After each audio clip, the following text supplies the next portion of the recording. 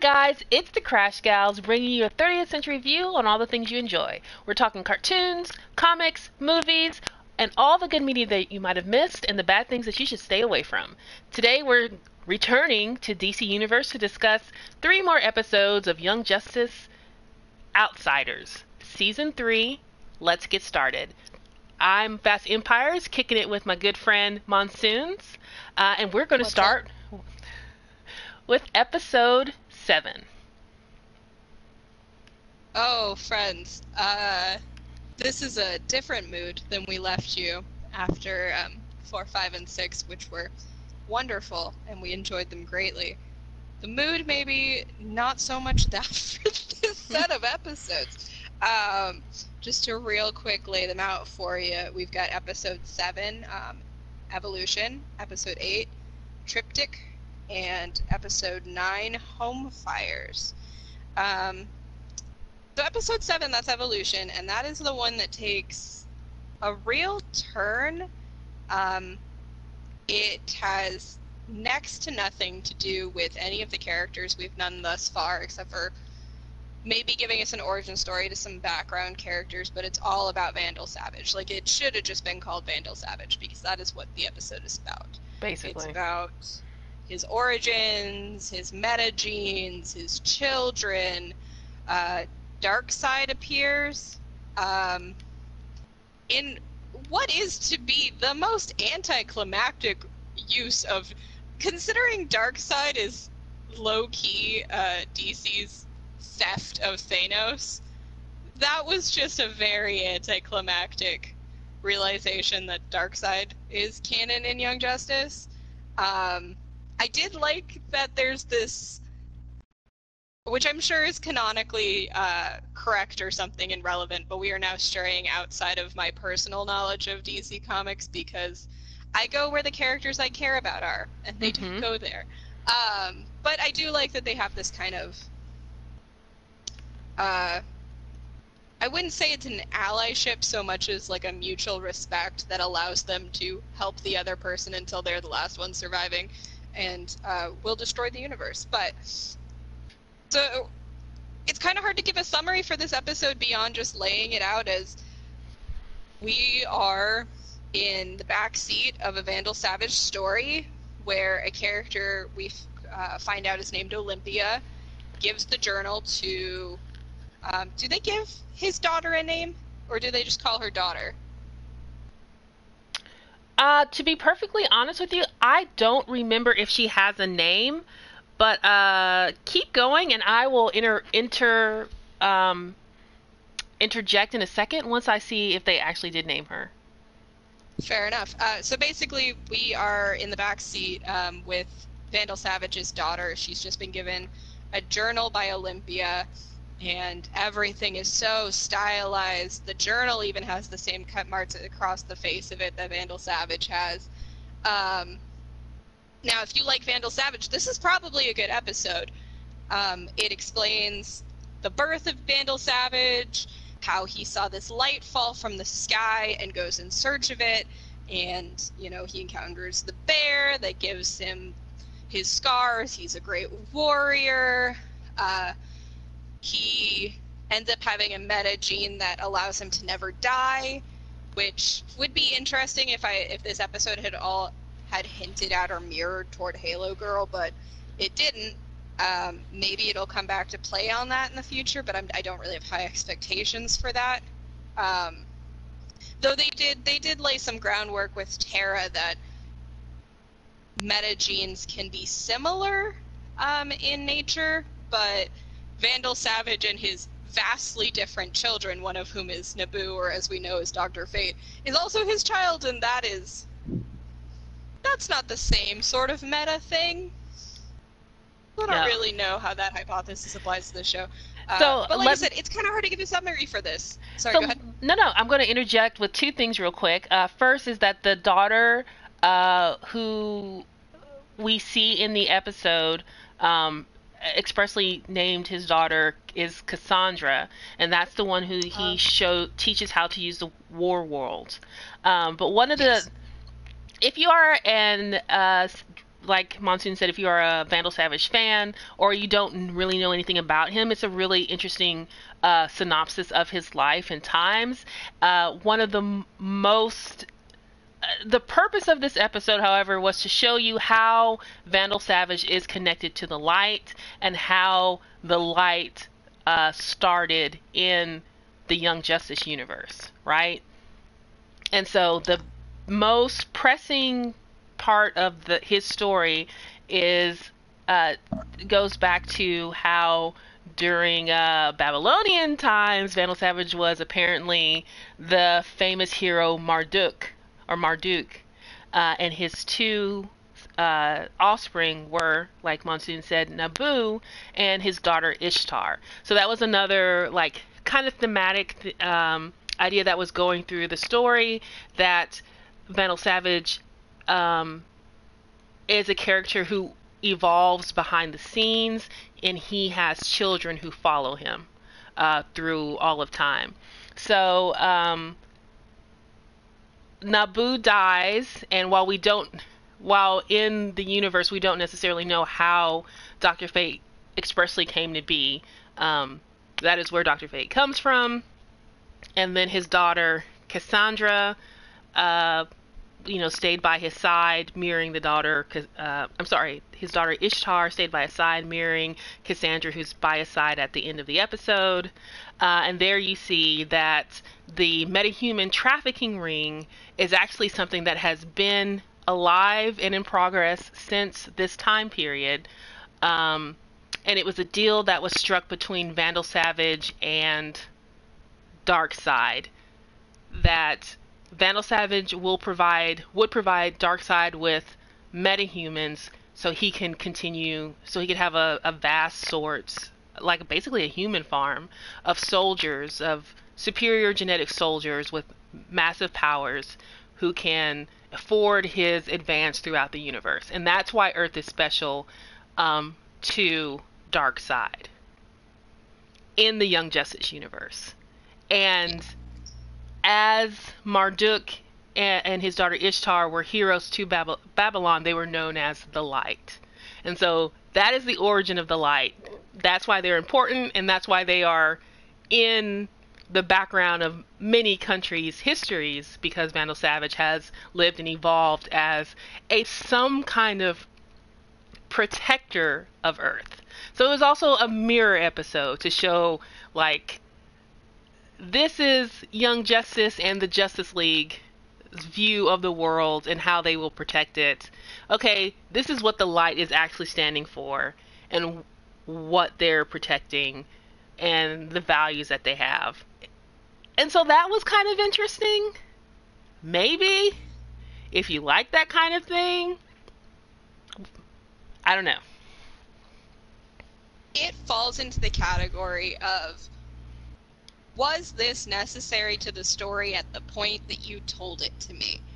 So far, the Light is not really that important this season. I mean, by the time we're done talking about episode 9, that changes, sort of, not really. The problem is everything about this episode, despite being about, like, amazing, like, it is supposed to feel like Gilgamesh. It is supposed to feel Homeric. You're supposed to be like, oh my god, he is the Odysseus of the Young Justice, and that's why this is happening, and Darkseid is his ally, and that is huge. And it doesn't feel like the stakes are there for it. And part of the problem is it's episode 7 of season 3. Exactly. So, there's a way to do this, and one of the ways to do this is maybe have introduced the journal earlier, have had Olympia in the background at some point, have this be, the season opener, like not the whole episode, but have the story of Vandal Savage finding the Light falling from Earth. That could have started the season, and then it jumps to Batman leaving the Justice League and everything else that happens in episode 1. Oh, but yeah. Instead they reminded us of what happened at the end of season 2, which for you and me is great because that's what we care about and we did need the reminder. But when you have to backtrack all the way to the beginning of what the big bad's origin is, and you wait till the 7th episode of the season. Like, this is where you put your mid-season, or like if you have a half season on a cable show, you put it as the mid-season premiere, so everyone knows what you're going into. Or you make it the season opener. You know, this is not where you put it. It's like the Lilith season of Supernatural. You know, you start with the big bad in the middle and you kill it by the end. Why? You know? Yep. Well, I can honestly say that's a reference that I don't quite understand, but I totally stand by and co-sign everything you're saying. My biggest complaint about the episode isn't necessarily the content. Although I feel like these 3 episodes, just in general, this is a blanket statement, and we'll get back to this later. But in general, these 3 episodes honestly had almost too much information in them to be interesting to me. Or let me take that back. They had so much information that the information they were providing were interesting, but they were not conveyed in an interesting manner. It was just like, here's all the details that you need, bam, bam, bam, bam, bam. And to me, it didn't feel like it was a really cohesive or coherent story to tell about the characters that I really am here for. And even the characters that they're trying to get you to be more interested and invested in, you don't have the biggest... the hooks that they have for you aren't necessarily the greatest. On the opposite side, because I did on some level, on like a lore level, and Lord knows I hate the word lore, but on a lore level, I really did enjoy the evolution episode for Vandal Savage, if only because you did get to see those Easter eggs, like this is where Naboo came from, and oh look, Vandal Savage destroyed Astaro. And what's Astaro? You know, you may not know, but it could be an introduction to, you know, new DC fans.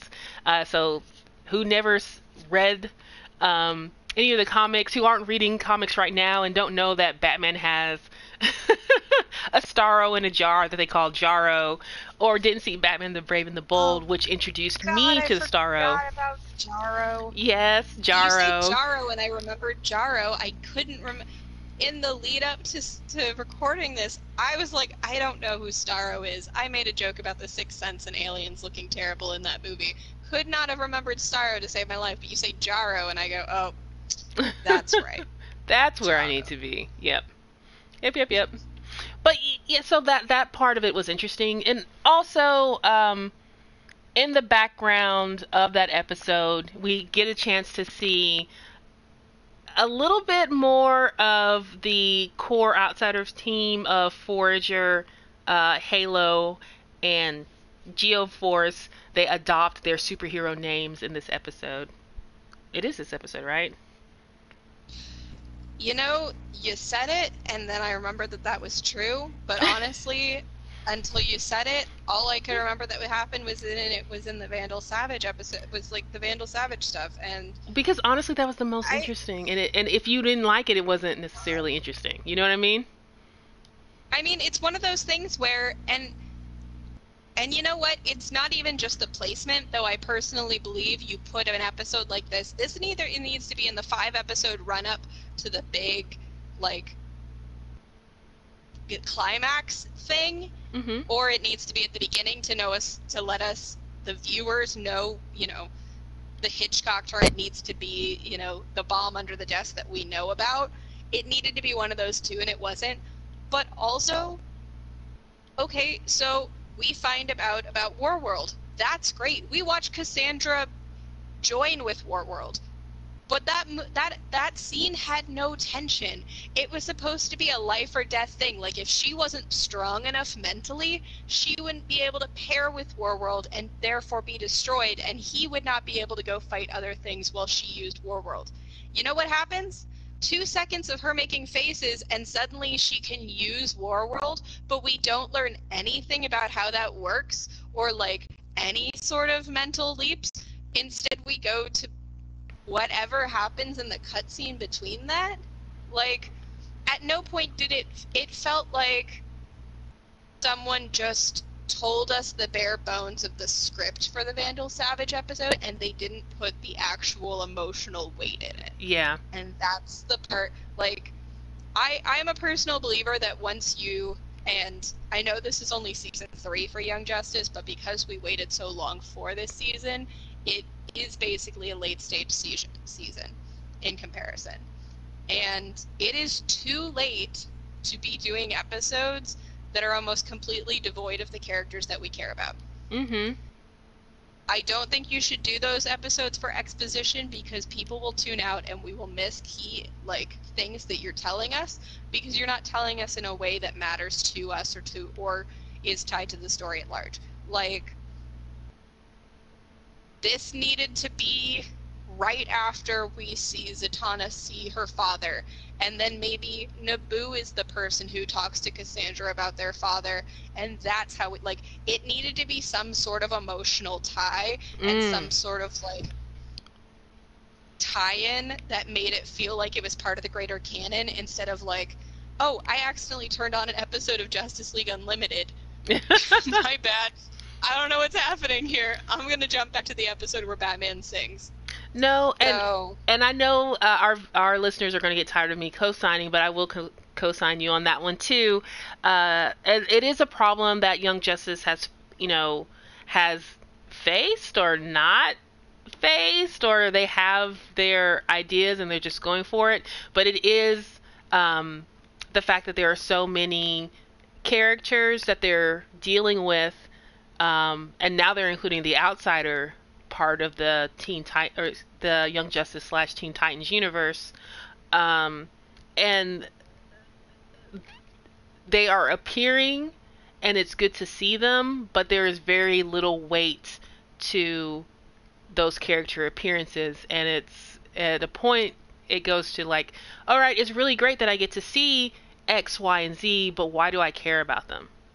And me caring about them shouldn't just be because, oh, they're going to die in like 5 minutes. And I genuinely would suggest to anyone who, I don't write television yet. But I would genuinely suggest anyone who's thinking that maybe I'm being a little bit harsh about the general feel of the episode and like how the episode fits into the greater mold of the story, I would suggest going back to season 2 and watching the first episode that is wholly about Bart. See where that is placed in season 2. Watch it. Yes, the other people show up in it, but this is an episode that is fully from his perspective. We jump from the future into the past, and if you have never, ever cared about Kid Flash about that episode, it was going to try its hardest to make you. Mm-hmm. And the tonal difference between how much we learn without having to be physically narrated it in that episode versus this episode. And I know part of it is like the idea is that it's supposed to be narrated, but there's a way to do it that makes it feel real. And honestly, I would go back and watch Bart's first episode, which I wish I knew the name of off the top of my head, but the season 2 episode where we meet him, see where it's placed in the season and watch it versus this episode, and that's what I'm talking about. Mm-hmm. And even if you are not the biggest Kid Flash Impulse fan, like Monsoons was saying, it did a lot to forward that character and make him into a character that you believed in and cared about for the season. And of course, some of that is supported in, the storytelling that they do there. But yeah, it's definitely a huge change. And we're not ragging on it. We're not saying we didn't enjoy the episodes, because we enjoyed the episodes. It's just that it could have been better, especially when it comes to conveying so much information to us, which I think is a good way to jump into the next episode, episode 8. Yep, that is episode Triptych, and bear with, because if you thought I didn't know the summary for the last episode, I don't remember the summary for this episode, and I watched it before we started recording. So the core part of this episode is we follow up on the lead that we get on Infinity Island. That's what it's called, right? Infinity Island? Mm-hmm. Yeah. And what was that so lead, by the way? Huh? What was the lead that we got on Infinity Island? So we were trying to find out who was leading the League of Shadows, and while Raish didn't outright say that Cheshire wasn't running it, he did get irate at the mention of her name, which leads to Artemis tracking her sister down with the help of the Outsider team to confront her and see if she can find out more about what Cheshire knows. It gives us a lot more metahumans, and I did actually get excited to see some of them. We've got a couple characters we haven't seen before in the cartoons, such as Shade, but we also had oh god, is it Haywire? Is it Livewire? Hold on. Livewire, thank you. Livewire, who we haven't really seen since the Batman animated series stuff and Batman Beyond's like evolution version of Livewire. And that was cool. I love her character design. I actually really like the team they fight, and I thought the action sequences were pretty cool there. Nightwing basically almost gets choked to death in that scene, and you have a nice moment of these characters don't necessarily want to do what they're doing, and we find out it doesn't interesting. I don't necessarily know if it does a good job, because it kind of has to tell you at the end what the clues it laid out were, but we also find out that Tim, even though he and Batman have left the Justice League, he's running his own team of what people are calling the Batman the Sidekicks. We get Cassandra Cain. She's canonical, which, I'm super excited that Stephanie Brown is also, but like we knew that was coming because of previews. But we have Orphan, and her outfit is just like 2 years away from being her old Batgirl suit. So I feel like they did a really good job of not having enough time to explain that she's the new Batgirl. Though I feel like they could have just done that anyway and we still would have been happy. While still giving us a nod to her run as Batgirl. Again, I wish they'd just gone full Batgirl now that I sit here and talk about it, because Orphan is kind of a crappy name to give to Cassandra Cain, but that's not Young Justice. That one is wholly on DC. So and that DC Comics, just not as Young Justice. As an aside, that name for her, if you think about it, is a little too on the nose for the Bat family canon in general, because like, aren't they all orphans? Like, seriously. Yeah. Like, everyone's who's involved except for Barbara Gordon. Aren't they all orphans? But anyway, but I do think at the same time it was a really interesting and not so bad nod to Cassandra's current iteration. And if you love the Cass King character, then you are super excited to see her. And they introduced her in a very badass way. It was fun to see. Yes, and they fight Clayface. We've got a much well-recognized foe of Clayface in there, and also, sorry, Mad Hatter is in there. And the clue to that is really fun. They're tracking him down. We find out Mad Hatter is working for the Light, and he has control chips that he's putting in. Instead of trafficking children metas, they're trafficking criminal metas and mind controlling them. Still not great. I kind of actually hope that they take a turn toward the James Tynion recent Detective Comics run, which had Spoiler, Orphan, and Clayface all on the Batman team. Though, I will say, I also hope they don't do that, because another member on the team is Arrow Girl, and no slight to her. Nothing wrong with her as a character. But there are too many characters right now. Tim's team should just be Spoiler, Orphan, and himself. Arrow Girl doesn't need to be there. It is an unnecessary addition in a field full of people that we don't have enough time for. That's my personal take on that. Yeah. But we do get to see them in action, and that's rad. No one dies that episode. I say that with the most question marks. Like, there's a moment where you think Clayface is gonna die, and then Robin says, well, no, looks like he's gonna be fine, but he's gonna be super pissed off at the Mad Hatter. And I was like, there's Tim, I've missed you. And that was that he's also speaking. yeah, no, I was gonna say that was also a really good nod to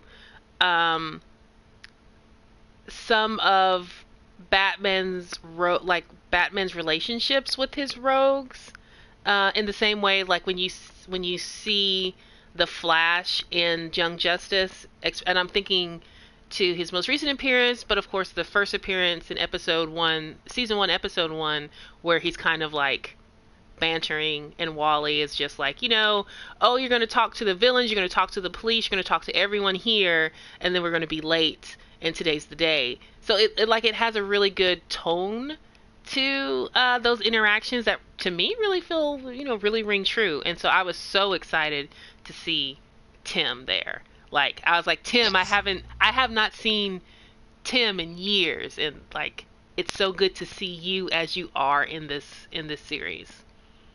Yes. And this is where we get to what is going to be a reoccurring theme with these 3 episodes. There is so much happening in this episode, and very little of it interests me. Uh-oh. Tell the truth. It's not even that. It's not even that. It's, a lot is being told to me about what the story is of the show instead of showing it to me. This should have been a whole episode about Tim's team tracking down Mad Hatter. And it wasn't. It was a few minutes of that, and then it cut to the word UGG should be spelled Brion Halo Girl Forager, because I'm kind of over it. I'm good. They don't need to talk nearly as much as they do, and that sucks because I actually like Forager. Like, I'll talk about the ways in which I like Forager when we get to episode 9. But boy, did I not need the first appearance of Stephanie Brown, and she kicks ass. Oh yeah. She manipulates the crap out of Clayface. She goes, oh well, we're just gonna track down Mad Hatter. And he's like, no. He runs away to go see Mad Hatter, and she's like, don't worry about that, guys. I put a liquid tracker on him. I used reverse psychology, and I love her. I miss her. My whole frustration is just like her and Cass never get any time, and like, where is the season of Young Justice I deserve, where they are in Mount Justice and Dick Grayson is teaching all of the younger Robins how to properly do the job of Robin? Where is it? Yeah. It's what I deserve. It's what we all deserve. But I think that goes back to like one of those things where we talked about, like, very briefly we said there are too many characters in this episode. It is nice to see Arrowette, and if you're a fan of the Arrow family, and if you're a fan of her, like it is great. But at the same time, that space could have been used in another episode and then expanded on like some of the other characters and the interactions and the dialogue, and then doing more showing us storytelling instead of telling us storytelling. Yes. Well, and we find out at the end of this episode, which is episode 8 of season 3, but it's episode 8 of a 26 episode run. That's really where it gets to me, because if this was, like a 12 or 20 episode run, this is actually probably the place to do it, but we've got 26 episodes this go around. And episode 8 is too early to reveal to me that the entire thing that went down at the Justice League was part of another fake out on behalf of the heroes to try and trick the light. So the episode ends, just spoiled it for you. Episode ends with Calder, Artemis, Batman, Tim, and Megan, Nightwing, Oracle, all in the Batcave waiting for a call from Wonder Woman, where they proceed to talk about the fact that Wonder Woman has a team in space. Tim has a team. Nightwing is now building his own team of outsiders. Megan has her Young Justice team. Calder has his Justice League team. And ostensibly, Batman has his Batman Incorporated team, which has Green Arrow, Katana, Katana, Batwoman, everyone else that we haven't seen. Hardwire, I think, is also in it. Yeah, and she says, we have 6 teams in operation, and none of them know about each other or that they are all technically working to the same goal. And she points out to the group that she asked them, are you willing to lie if this comes to light? And it's taken this weird turn into, I was really excited about the diplomacy aspect of it. And then Batman throws that back in Wonder Woman's face saying, I expect you. She says, what am I supposed to do if I get called to speak on this matter that we basically lied and threw, the lie in front of everyone's faces with your quitting? Is that the right thing to do? And he says, I expect you as the princess of, a foreign country to basically waive your, your diplomatic immunity to not have to answer the question. And I don't know. It's not at the same sort of solid reveal that Artemis, Wally, Calder, and Dick all meeting up and explaining to the viewer that Calder has been undercover was. And part of it's because we don't get to see the characters interact. We get a moment of Calder and M'gann saying, oh no, she's late. And then Wonder Woman just starts laying out the plot to us. We don't get the same moment that we got when Calder reveals, which is, Wally and Artemis walking up to find Nightwing, being like, why'd you call us here? We're out of the game. And then the tension of Calder wandering up, and you still think he's the bad guy until he calls Dick his friend. And sure, did we maybe all know that was probably how it was going to go, because Calder's a good guy? Yeah, but this didn't. This is just a lot of outlining with animation. For me, that's how it feels. And I think it's because we've had some solid writing, even just in this season thus far. And every storyline I thought was going to be an actual storyline has either ended at the end of the arc or has kind of had all of its pieces laid out to me. I'm not going to learn anything new. We know Luthor's the bad guy. We know the light is coming back. So the fact that we have, and we'll get into this in episode 9, but we have a revelation about who the major 6 players of the light are this time. I don't know. It's just, I'm not feeling the stakes, and I really don't enjoy it when the only thing that gets me to tune into a show is wanting representation for a character that I never get to see. Yeah. And I'm worried that's where it is. But again, we could come back next week after we see the next 4 episodes, and I could just be like, what was Monsoon talking about last week? Because these were fantastic. And I really want to sit down and go through the wiki and look at who's doing a script writing for which ones, because I think that makes a difference. Yeah, I do. I agree with that. And again, we are being critical of these 3 episodes because there's something to be pretty critical about.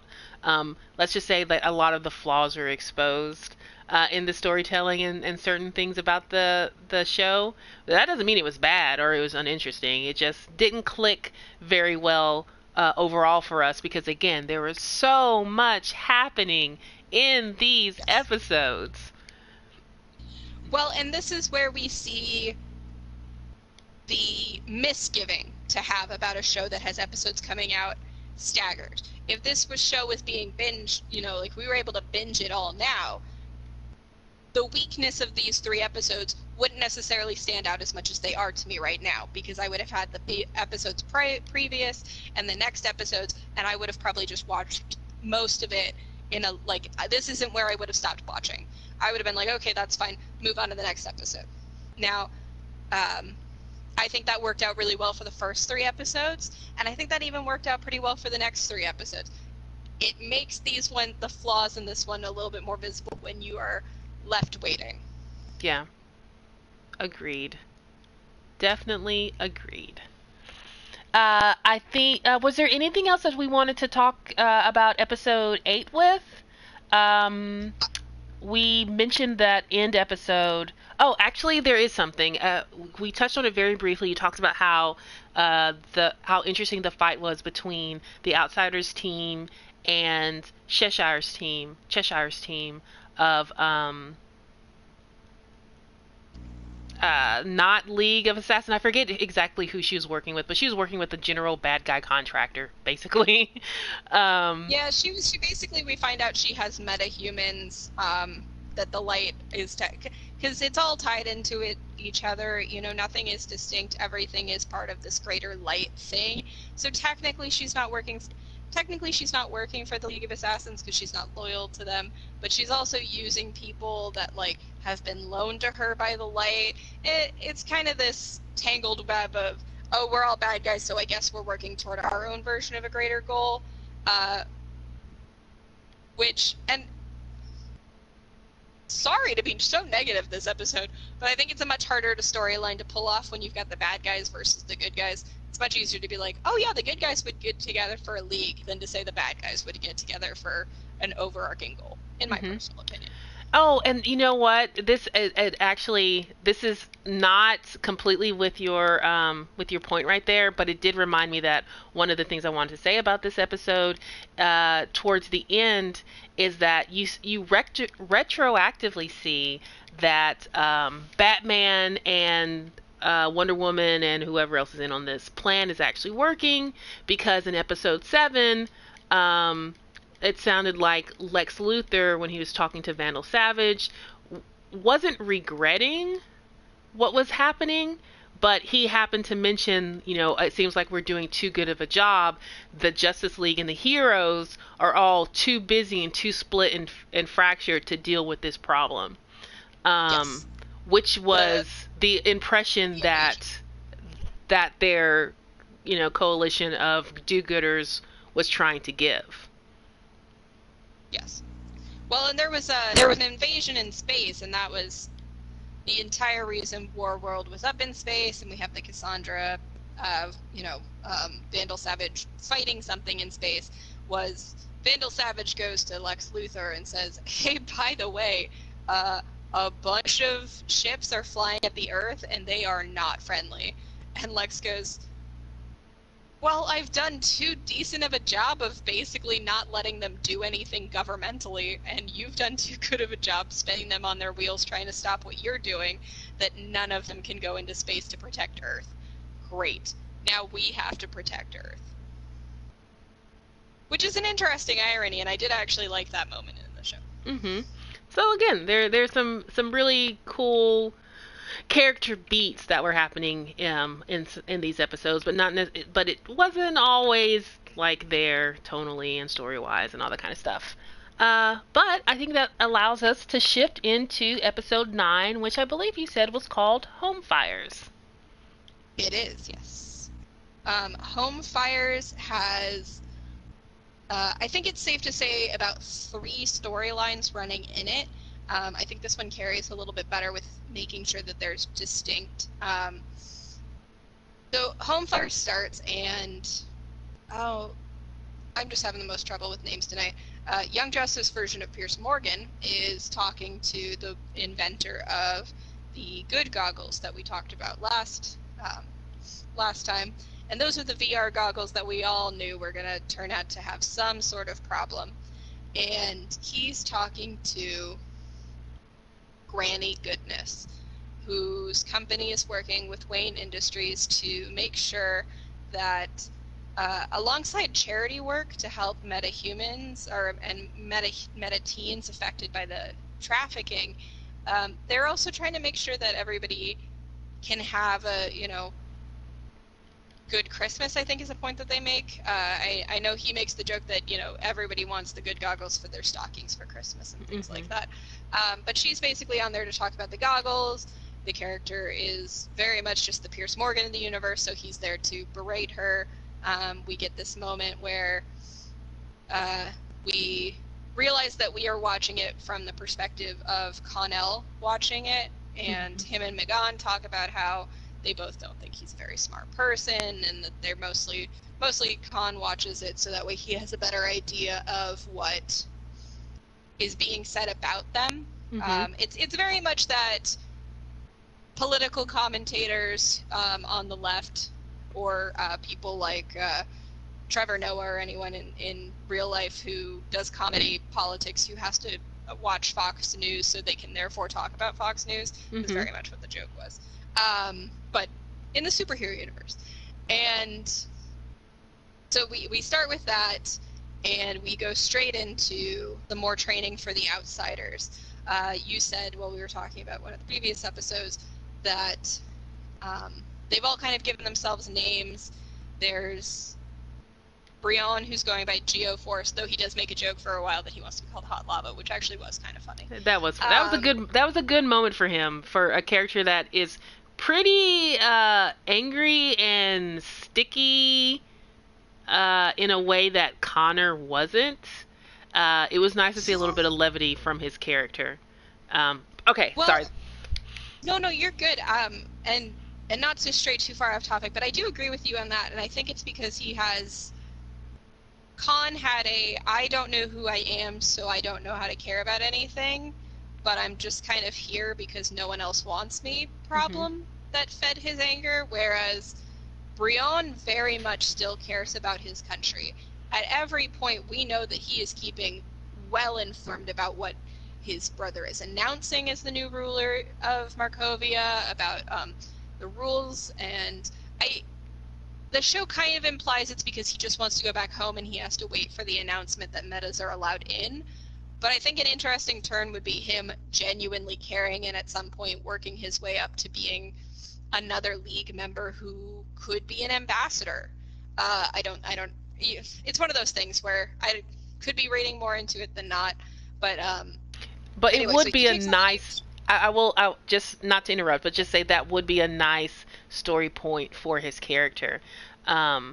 Because one of the things that we do want to see is not just the introduction of these things, but like how do they interact in the world and how do they become heroes in their own right, and kind of goes back to that our conversation that we had when we were talking about the first couple of episodes and how nice it was to see like Garth and Donna Troy on the world stage representing these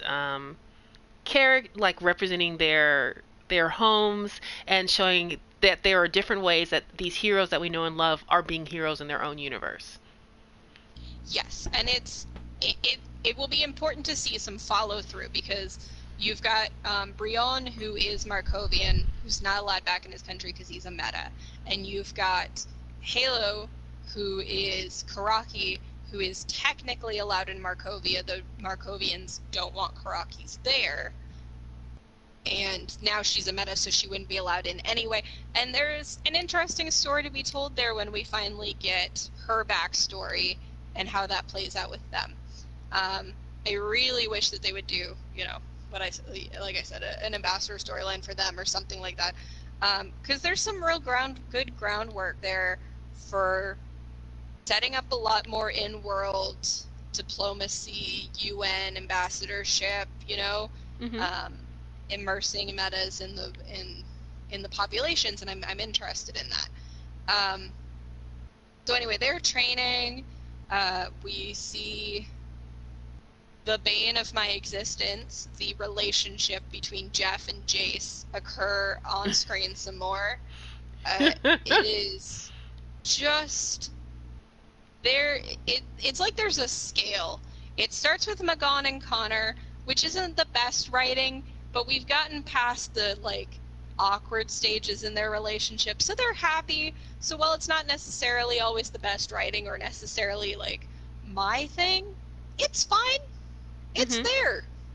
The reason it's not my thing is there's more that they could do with it. It could be deeper, and they're choosing not to be. And that's fine. I can live with it. Then you've got Brion and Halo Girl Violet. I don't like it. It is some early days Magon Connor stuff that we lived through already, and barely. But that I feel like even they had more of a basis. They were both aliens on an alien planet, and Connor doesn't want to be known that way, and Magon's trying to find kinship, and they end up falling in love. We all know the story. And they had something. What seems to be the case between Halo Girl and Brion could have that. I just said a second ago, they both are technically not allowed to Markovia. They both come from they're the only two people who, once she gets her memories back, who understand the political schism between their two communities, or their two countries even. But she doesn't, and so it's mostly just built on the fact that they are both on this team together, and neither of them are a bug. And he called her Violet one time. Yeah, because she was glowing purple. And yet, still more palatable than Jeff and Jace, which has so many reasons why it shouldn't be a thing. And I will cut this short in a second because we want to talk about the actual summary of episode 9, but I could go on. But it takes away from what could be important screen time for other storylines. Mm-hmm. It lessens the impact of Jeff's initial storyline, in my opinion, which was really interesting. And I want them to get back to this idea of loss and casualties and, like, the greater story of the fact that there are human soldiers being thrown out into space, and Wonder Woman is the only one out there dealing with it right now that we know. Like, she has a team, but she's the character who we know who is out there. But yeah, Jeff and Jace, they go to a hotel, they have sex, there's a lot of nudge, nudge, wink, wink about it. They even come back to the base, and there's an innuendo made. It's genuinely the worst. And in no small part because they have Dr. Jace start to say, protect my kids, when she's talking about Halo Girl and Brion. And I take a lot of guff with that because at the end of the day, she still worked for Bedlam and had a lot of children basically killed in one way, shape, or form just so she could be there to watch out for Brion. It's one of those things where it's an allegory that they can't fully process in a kid's show, possibly, but the easy solution is don't have Dr. Jace be a major player the rest of the season. She fulfilled her role. She can reoccur when we need to find out more information about what happened to Tara, but she's not important right now. She did bad things, and we can't rectify that. Sorry.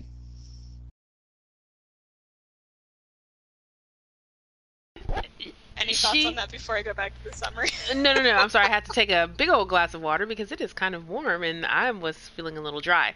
No. I have a feeling that she will play some kind of part with Jeff Pierce's storyline. I'm not sure if it's a part that I'm going to be interested in. And this thought just comes to me when you're talking about loss and how Jefferson Pierce is dealing with loss, not only in grief, not only with, realizing that he inadvertently caused the death of a young teenage metahuman who was very far from home and alone and afraid, but also the loss that he's experiencing because he's not with his family, so he's building a pseudo family with this strange lady. So like I see that. Like I see that there are story threads there. Am I going to care about it when the time comes?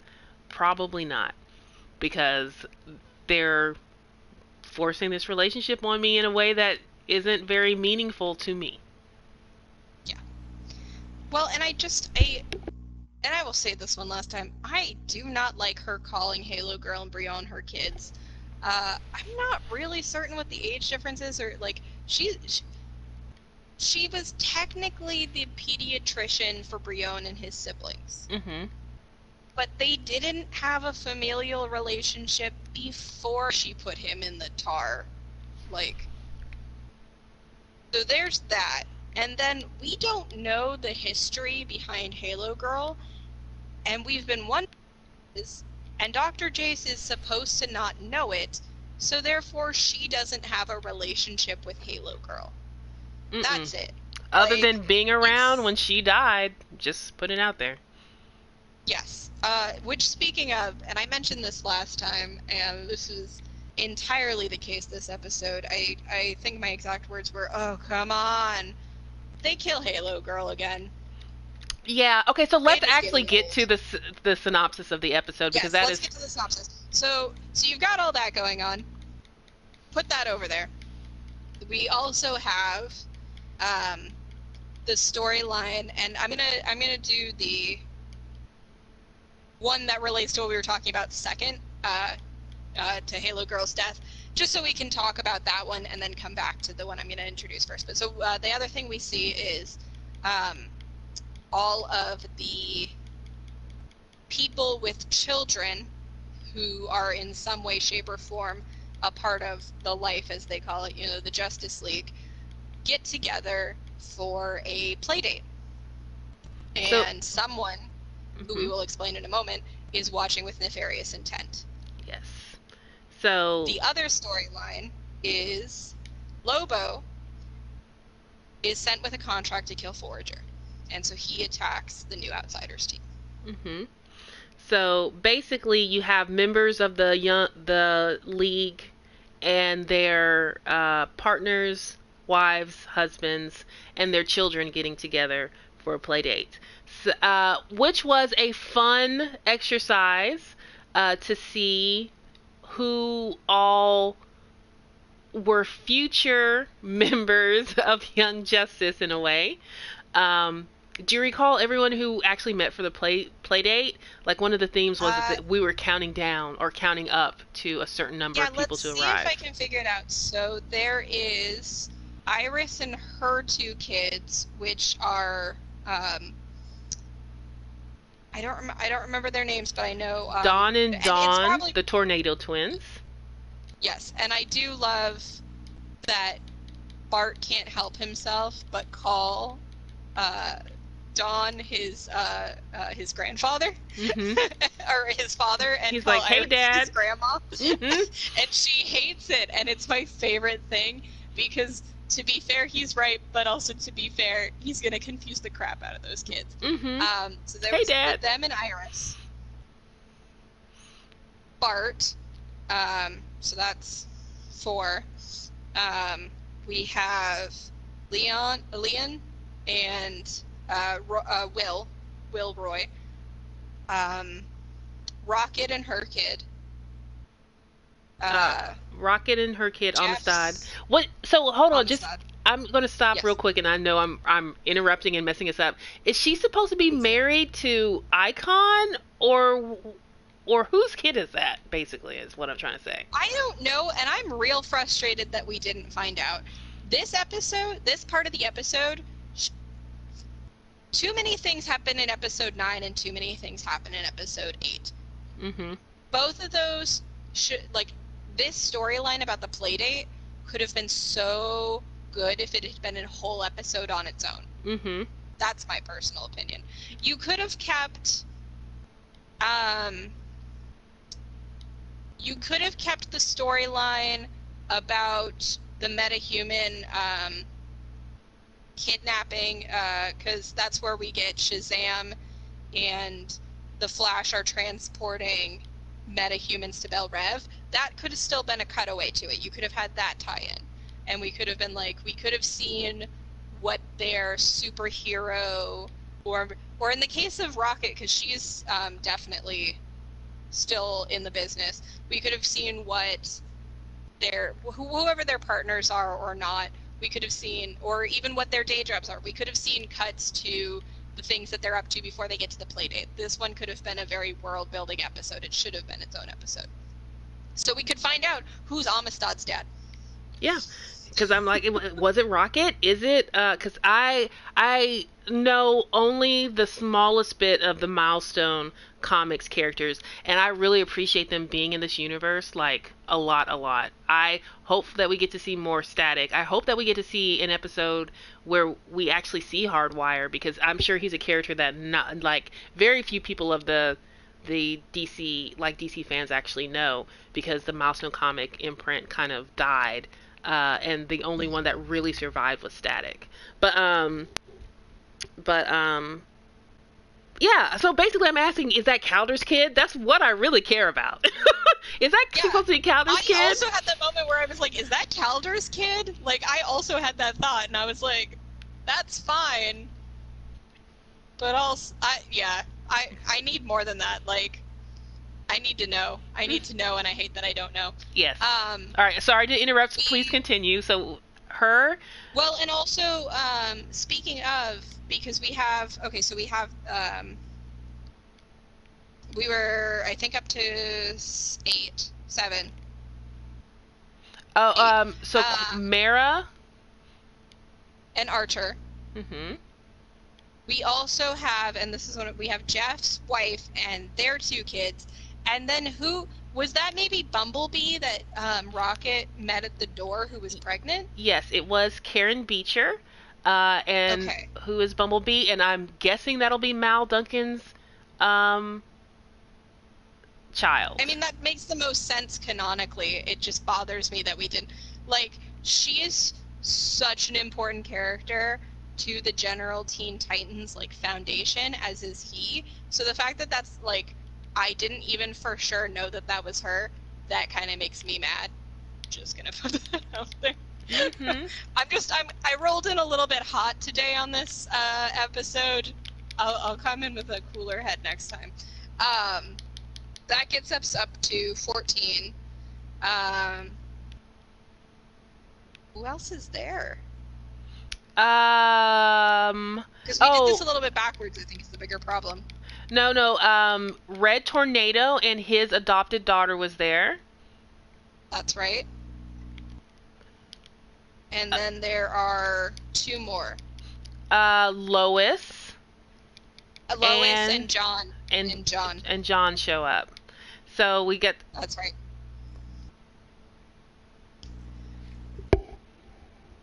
Yeah. So that was a lot of future power packed in that room, basically. Yes. Quick question. How did you, as a person I know, and I know your general feelings on them, how do you feel that John is also canonical? I will reserve... Well, no. Actually, I was going to say I will reserve my commentary once I actually see him in action, which will probably be if they have a continuing season, like an episode 4 or a season 4, season 5. I believe that we will see these children interwoven into the series proper, specifically Damian and John.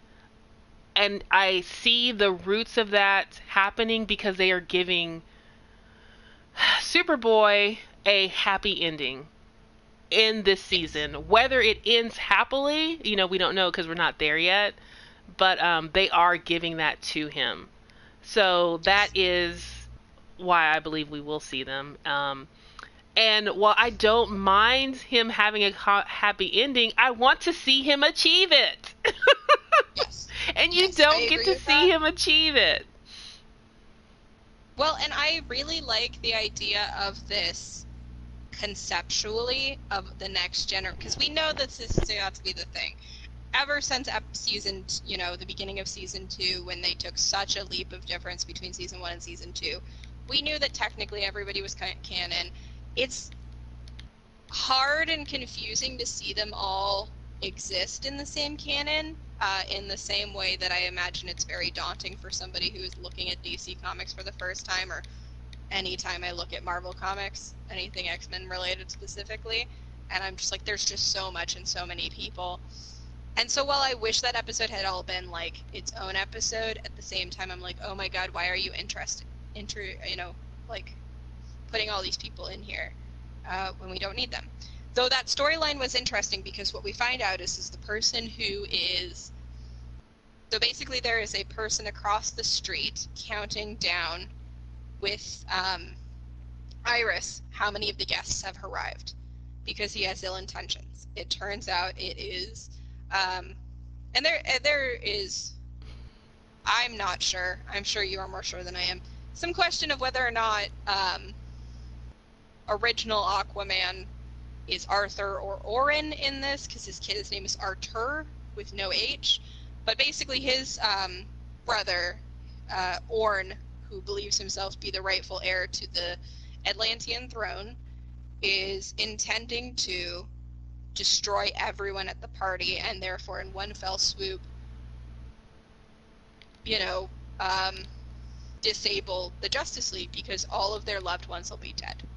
And it's a great number of the Justice League whose families are in some way related to the families in this house. And the interesting part of the episode, which is where I also wish that this had been its own episode entirely, is we see Lady Shiva. Mm-hmm. And which, in retrospect, we should have really thought that she was going to be the League of Assassins. But I think my thing is I kind of keep forgetting how many characters this show likes to juggle. Mm-hmm. And then it does it, and I go, stop, and then it does it anyway. And just as my real quick comment, we should have seen more of her before we did. She doesn't make an appearance until, like, well into the episode, like, towards the end. And it's a badass appearance, but she should have... And, yeah. Her tracking down Orange should have been a whole segment of the episode. Mm-hmm. But, so the twist is at the end is that she has been watching the whole time. And she gives him this speech, which is, you are very competent, you are very smart, and you figured all this out. However, we've always considered this to be, them being the light, a nuclear option. And if you're going to know nuclear, you always have to assume mutually assured destruction. Which is her way of saying, you can't do this, because... And this does tie into the idea of Vandal Savage's story telling us the light has a skewed perspective on keeping the Earth alive and keeping existence alive. It's the opposite of the Justice League. It's much more controlling. There is this greater idea that they don't actually want to destroy everything. They just want to run it their way. Mm-hmm. And so she kills Orn to stop him from causing basically the self-destruction of the Earth through mutually assured destruction due to the nuclear option. Mm-hmm. And it's kind of... It isn't explicitly stated, but it is something that you could assume that one of the reasons why the Light do not want to use this option is because the Justice League is part of their fail-safe plan to protect the Earth from Darkseid. It was a line that was mentioned in at the end of... Oh man, we didn't even talk about what happened at the end of episode 7 with the daughter, but we'll circle back. But in the story that Vandal Savage's daughter Cassandra was reading, there's a line that says something that once Darkseid finishes his journey of conquering the universe, there will be a reckoning between him and Earth, Darkseid and Vandal Savage. And in that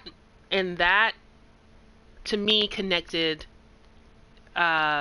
story plot wise, or huge overarching thematic wise, that one of the reasons why they have not gone the nuclear option, why they haven't exposed all of the Justice League's identities, even though they clearly know it in the same way that the Justice League knows all of the, not all, but most of the identities of the members of the Light, is because they need each other to protect the Earth. Yes. Because it's not always going to be rainbow and sunshine with Darkseid. All right. Yes. Pray and continue. It's not always going to be one-off storylines, which segues us into... Do we have anything else to talk about with regards to Lobo and his quick attempt to kill Forager? It's actually pretty good. I think the team does pretty well. The major problem is what we mentioned earlier, which you had some thoughts on. Them killing Halo Girl again. Oh, yeah. At this point, I think they've killed Halo Girl in at least 5, maybe, of the 9 episodes that we've seen. I don't know if the episode count is right, but it's at least that many times, because I think she dies twice in the first episode we meet her. Because she dies that first time, and then she dies, and then she wakes up in the grave, and then she dies the second time. Yes. And then she dies on Infinity Island, Destiny Island. Yeah. You're thinking Kingdom Hearts 2, which Kingdom Hearts, which is coming out soon. I know. I couldn't remember. I was like, one of these is Kingdom Hearts, and I don't know which one's which. But yeah, so she dies there.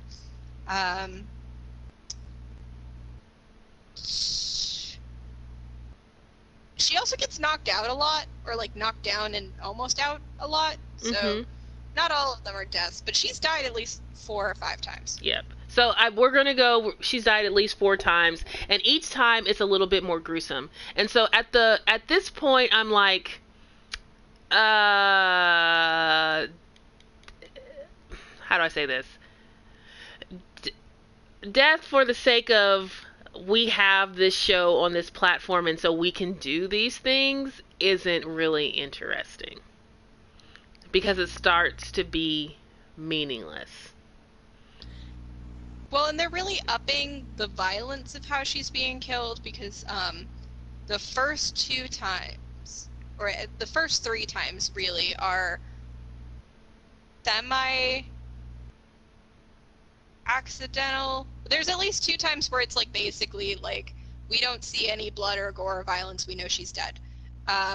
One of the times, Plasmus burns her alive and she is just like, sits up, has no half of a face. Yeah. And yet, somehow still not as gruesome as when Lobo kills her and his like fish line blade goes all the way through her spine, and you hear the like blood slorp glorp sounds as he yanks it back out of her body. Like, that's really the first time we see significant blood being portrayed, actually, I feel like, in this show. You know?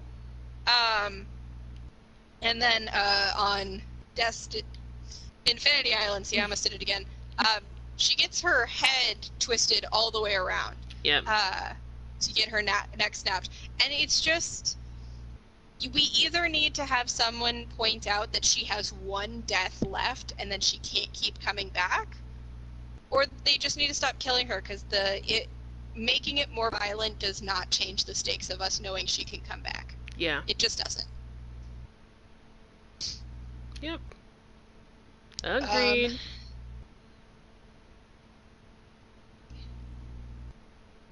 The only other thing about this episode I want to mention is we did, it's Granny Goodness is an interesting character, but anyone who's ever at the the bare minimum seen the Teen Titans show from the early 2000s, there was no hiding that she was going to be the bad guy, which leads us to the end of the episode.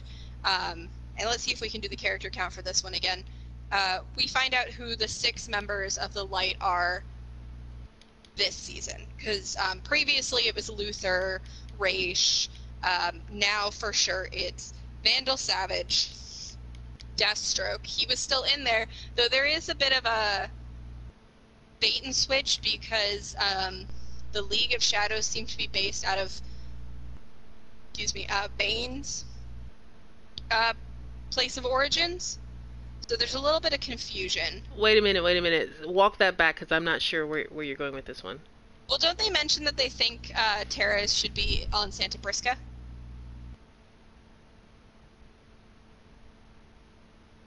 They are saying that the League of Assassins is being run out of Santa Prisca, yes. Yes. Which doesn't necessarily mean it's Bane, but that is where Bane was. That was where we saw Bane in Season 1. And where he's canonically from, and also at the end of Season 1, they stop... Oh god, they stopped the Cobra Commanders. They haven't brought those back in a while. Cobra! There's another non-DC, but DC-assumed title, like Milestone. But yeah, so he had no intention of ever leaving Santa Prisca.